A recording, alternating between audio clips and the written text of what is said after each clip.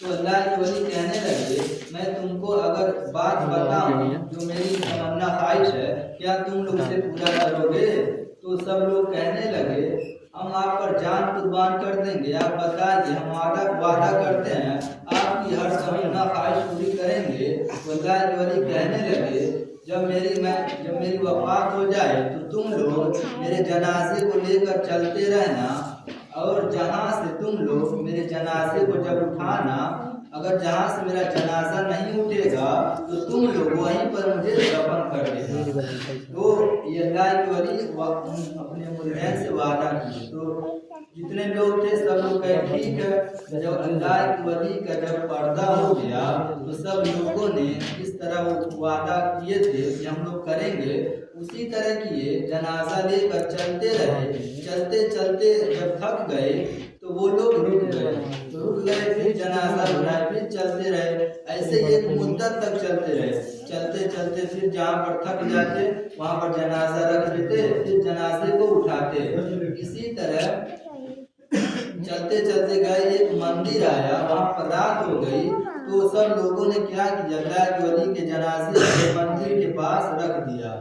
سوچے اب صبح ہوگی تب ہم لوگ لے کے چلیں گے۔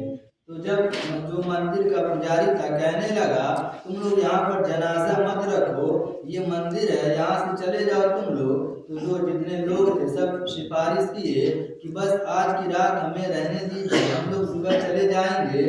تو وہ پجاری جو تھا مان گیا۔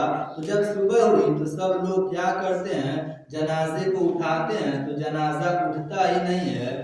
سب لوگ مل کے اٹھائے، جنازہ اٹھ ہی نہیں رہا تھا۔ یہاں تک مندر میں جتنے پجاری تھے سب لوگ مل کر اٹھا رہے تھے جنازہ، لیکن نہیں اٹھ رہا تھا۔ تو جتنے مریدین تھے کہنے لگے یہ ہم سے یہ وعدہ کیے تھے کہ جب میرا انتقال ہو جائے تو مجھے لے کے چلتے رہنا، اور جہاں سے میرا جنازہ نہیں اٹھے گا تم لوگ وہیں مجھے دفن کر دینا۔ تو جب یہ پجاری یہ بات سنے تو وہ سوچنے لگے یہ اللہ کے ولی کی کیا کرامت ہے، جنازہ اٹھ ہی نہیں رہا تھا۔ تو کیا کیے وہ لوگ وہیں پر ان کو دفن کیے، اور جتنے وہ پجاری تھے وہ سب لوگ یہ اللہ کے ولی کی کرامت دیکھ کر سب لوگ اسلام میں داخل ہو گئے۔ اور وہاں پر جو مندر تھا وہ مندر کو توڑا گیا، وہاں پر مسجد بنائی گئی اور سب لوگ مل کے اس میں نماز ادا کیے۔ تو یہ اللہ کے ولی کی کرامت ہے، شان ہے کہ زندہ رہتے ہیں تب بھی دین کی تبلیغ کرتے ہیں، اور جب پردہ کر جاتے ہیں تب بھی دین کی تبلیغ کرتے ہیں۔ دیکھیے یہ اللہ کے ولی کی شان ہے، اللہ تعالیٰ ان کے اختیار پر فرماتا ہے۔ اور جو اللہ کے ولی نبی ہیں وہ زندہ ہیں، وہ بس ایک لمحے کی ان کو موت آتی ہے، وہ اپنی قبروں میں زندہ ہیں۔ جو اللہ کے ولی نبی ہیں وہ زندہ، اگر عام آدمی کی شریر ہوتی تو وہ اس میں سے بدبو آنے لگتا، لیکن اللہ کے ولی کا جو وہ شریر تھا اتنے مدت تک لے کے چلتے رہے لیکن تھوڑا بھی وہ خراب نہیں ہوا بدن۔ یہ اللہ کے ولی کی شان ہے۔ ہمیں اللہ تعالیٰ اپنے ولیوں کے نقش قدم پر چلنے کی توفیق عطا فرمائے۔ وما علینا الا البلاغ، استغفر اللہ ربی من کل ذنب واتوب الیہ۔ السلام علیکم ورحمۃ اللہ وبرکاتہ۔